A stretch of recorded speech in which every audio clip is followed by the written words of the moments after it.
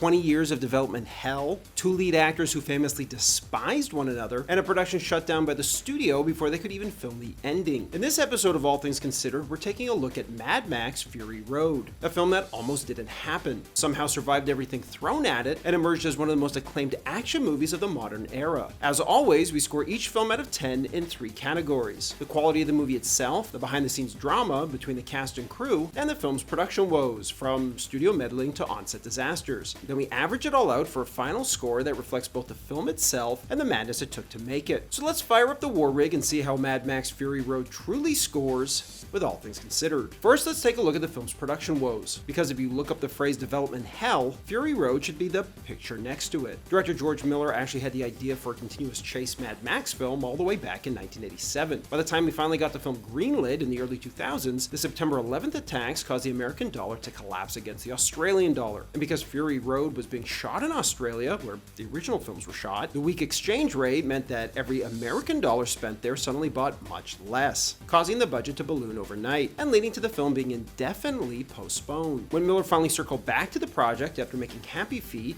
and yes, in case you didn't know, the same guy who made Mad Max also made Happy Feet, another problem emerged. Mel Gibson. Gibson had effectively been cancelled following his drunken anti-Semitic remarks during a traffic stop. Not only that, but the actor was starting to get a little long in the tooth. Old. He was getting old. So Miller began thinking about an animated film instead. Eventually, he scrapped that idea altogether and go back to live action, replacing Gibson with Tom Hardy. As they prepared to return to film in Broken Hill, Australia, the same location where The Road Warrior had been shot decades earlier, nature, in all its glory, stepped in. Broken Hill, which was supposed to be a barren wasteland, was hit with massive rainstorms, the likes of which hadn't been seen in 15 years. Almost overnight, it turned into a lush flower garden, while the salt flats filled with water, pelicans, and even fish. Where the fish came from, nobody has any idea. Miller and the crew would then wait 18 whole months for it to go back to the way it looked. But it never did. Rather than postpone the film again, Miller made an extreme pivot. Production would move to Namibia, one of the driest places on Earth. However, the studio, worried about the risks of shooting in Africa, explicitly told the producers, "We are not going to Africa." Producer Doug Mitchell then basically channeled Captain Kirk in Star Trek III: The Search for Spock, and may as well have responded by saying, "The word is no, I'm therefore going anyway," as he completely ignored the studio. What followed was a logistical nightmare. More than 70 shipping containers were sent to Africa, not including the vehicles themselves. Many of the cars were so massive and custom built that they couldn't fit inside those containers, requiring custom freight crates just to transport them. Once they arrived, things didn't get any easier, as the shoot itself was absolutely brutal. Stunt drivers described driving blindly through walls of dust, unable to see a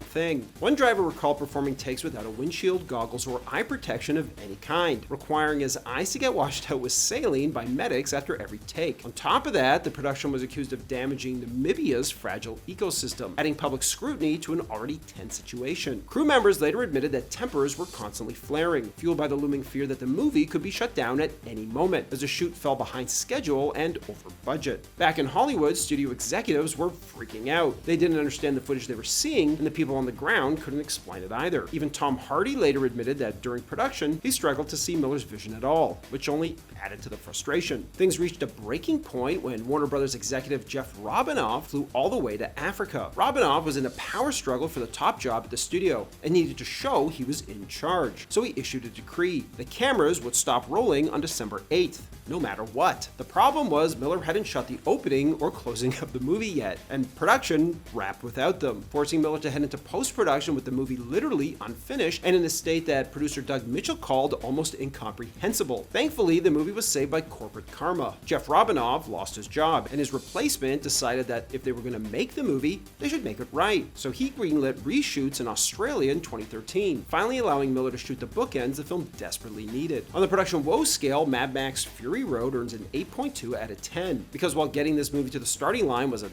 absolute nightmare, once cameras were rolling, Miller stayed in control and ultimately made the film he set out to make. The chaos wasn't production collapsing, although it was paused. It was everything it took just to get there. Now let's take a look at the behind-the-scenes drama, which there was a lot of, and that's because the film's 2 leads, Tom Hardy and Charlize Theron, hated each other, and that animosity started in pre-production, well before cameras were even rolling. And the reason is because the 2 actors had completely different approaches to well, acting. Charlize showed up prepared, hit her marks, and treated the shoot like a job that you clocked in and out of. She was also a new mom and just wanted to get to set, do the work, and then get home in time to take care of her kid. And from all accounts, she was very easy to deal with. Hardy, on the other hand, was more like a larkin. He stayed in his trailer most of the time, and when he would finally come out, he'd not only be late, but would want justification for everything his character did, constantly challenging the logic of each moment, dragging out the length of the shoot day, and driving Theron insane. Nicholas Hoult later compared the atmosphere to being stuck on a road trip while your parents are in the front seat either fighting or completely ignoring each other. And if you've been in that situation, you know how uncomfortable it is.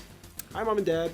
Even the editor could tell how much these two people hated each other just from looking at the dailies. They didn't want to touch each other, they didn't want to look at each other, and they wouldn't even face each other unless it was during a take, after which they'd both quickly look away. And Theron wasn't the only one who grew tired of Hardy's shit, as the actors playing the wives would have screaming matches with him in front of the crew too. Things finally boiled over due to something incredibly basic: punctuality. Because Hardy was often late, especially for morning calls, on one particular day they requested that he please, for once, show up on time. Charlize would arrive on set at 8 a.m. sharp and take her seat in the war rig in full costume and makeup. Hardy, as I'm sure you've already guessed, was nowhere to be found, with some of the crew suspecting that it was a deliberate power play to piss Theron off. Wanting to make a point, Theron sat in that truck for 3 hours. She didn't go to the bathroom, and she didn't move. When Hardy finally strolled across the desert 2 hours later, Theron leaped out of the rig and screamed, "Find the effing C word, $100,000 for every minute that he's held up this crew." Hardy then charged up to her aggressively, put the edge of his hand softly on her neck, and said,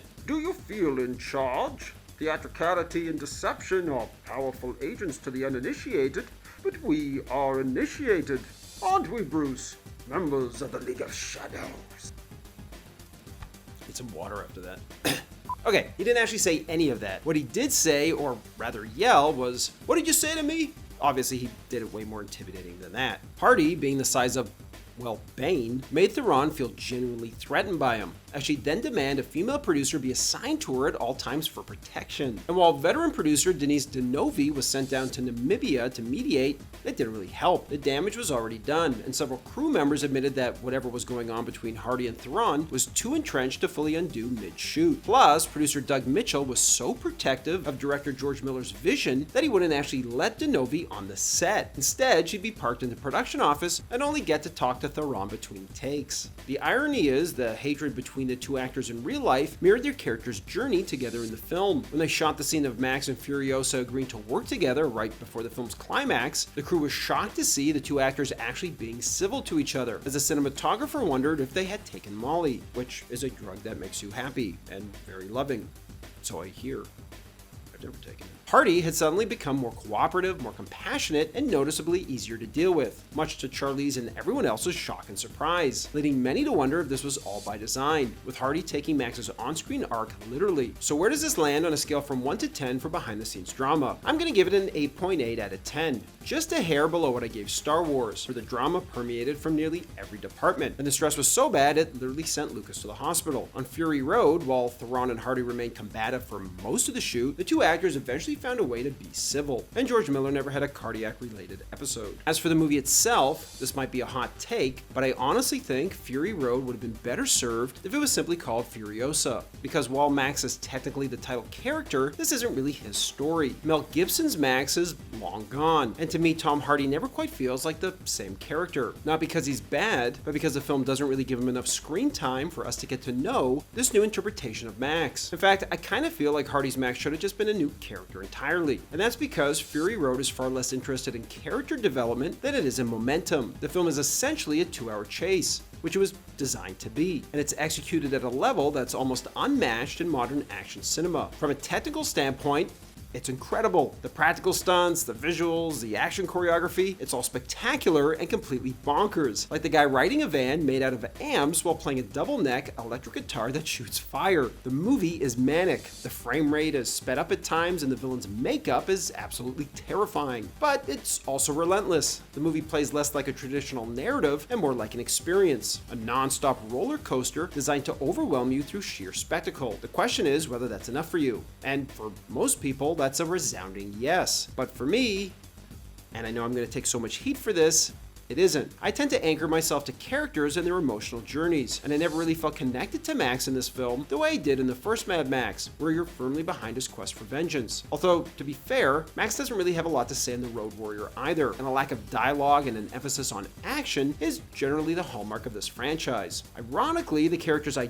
did connect with the most weren't Max at all, but Furiosa and the wives. Their struggle, their fear, and their fight for agency gave the film its emotional weight, which only reinforces the idea that this was Furiosa's movie wearing Mad Max's name. On the film quality scale, I'm going to give this one an 8.1 out of 10. However, when you factor in 20 years of development hell, two lead actors who famously despised one another, and a production shut down by the studio before they could even film the ending or the beginning, all things considered, Fury Road rises to an 8.4 out of 10, a true miracle of cinema, and an incredible theatrical experience. Alright, that's my score, but what about you guys? Let me know in the comments below what score you'd give Fury Road, all things considered. Thanks for watching, everybody, and don't forget to like and subscribe for more of Hollywood's untold stories and behind the scenes drama.